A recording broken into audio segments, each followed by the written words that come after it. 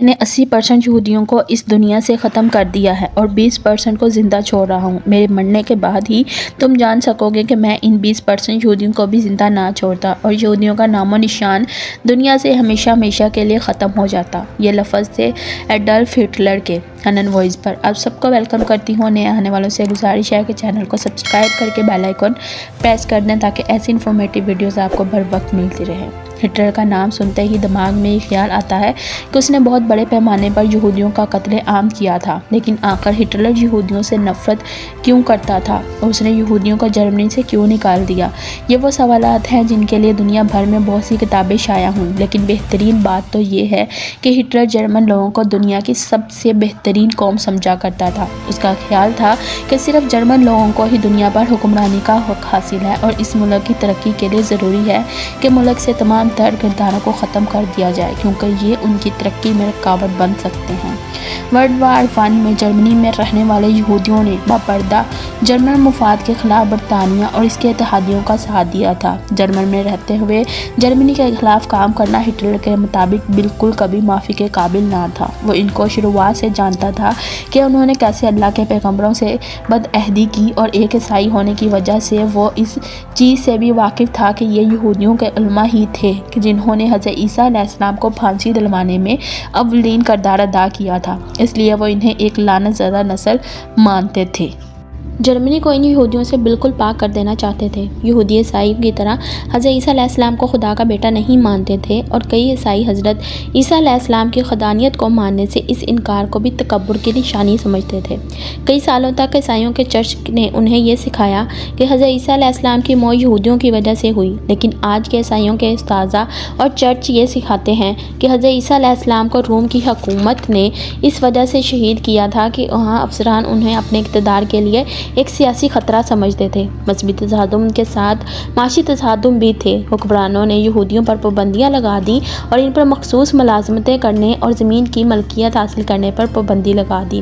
اسی وقت چونکہ پرانے زمانے کے چرچ سود خور یعنی پیسے کی سود سمیت لین دین کی اجازت نہیں دیتے تھے، فرانس میں اس کو خفیہ پولیس کے ذریعے اہلکار کی پروٹوکولز تیار کیے گئے۔ پروٹوکولز میں یہ کہا گیا کہ یہودی پوری دنیا پر قبضہ کرنے کی سازش کر رہے ہیں۔ ان دستاویزات میں عالمی یہودی لیڈروں کی میٹنگز کے کمنٹ شامل کیے گئے جن میں انہوں نے پوری دنیا پر قابض ہونے کے منصوبوں کو حتمی شکل دی، اور ان میں یہ واضح تھا کہ یہودی خفیہ تنظیموں اور ایجنسیوں کے ذریعے سیاسی جماعتوں، معیشت، اخبارات اور عوامی رائے کو کنٹرول کرنا اور اپنے مقاصد کے لیے استعمال کرنا چاہتے تھے۔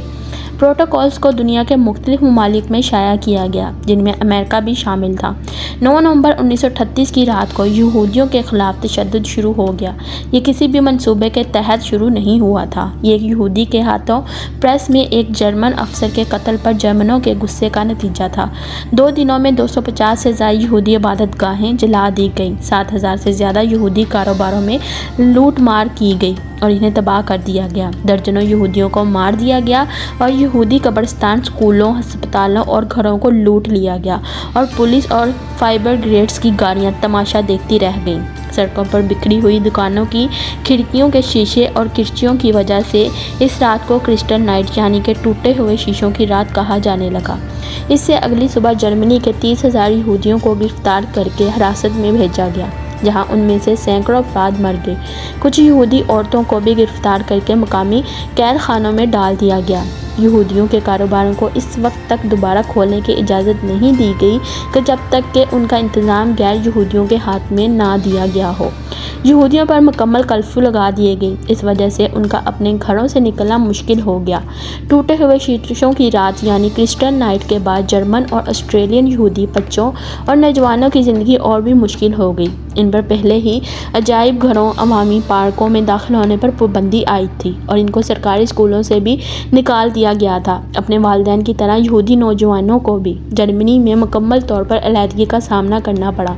مایوسی میں کئی یہودیوں نے خودکشی کر لی، زیادہ تر خاندانوں نے بھاگ جانے کی بھی بھرپور کوشش کی۔ 17,000 کے قریب یہودی کو جرمنی سے نکال دیا گیا۔ یہ سب ان کی جرمنی کے خلاف سازشوں اور پرتشدد حملے میں شامل ہونے کے بعد ہو رہا تھا۔ 9 نومبر 1938 پیرس میں جرمن سفارتکار کو گولی مار کر مار دیا گیا۔ یہودیوں کی نشاندہی کر کے انہیں سرکاری عہدوں سے برطرف کر دیا گیا۔